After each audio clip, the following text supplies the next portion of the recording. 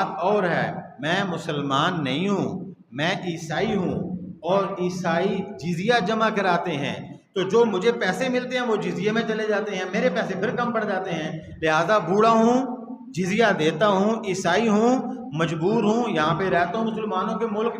میں میرے پاس پھر کھانے کے پیسے نہیں ہوتے، اور اگر کھانے کے پیسے رکھوں تو جزیہ دینے کے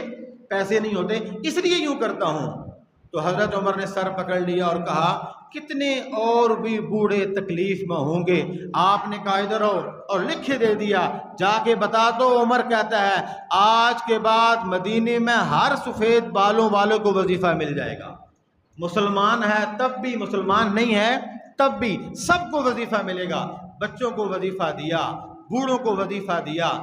ائمہ مساجد کو وظیفہ دیا، علماء کو وظیفہ دیا، امام حسن امام حسین کا خاص طور پہ پیکج لگوایا کہ یہ آل رسول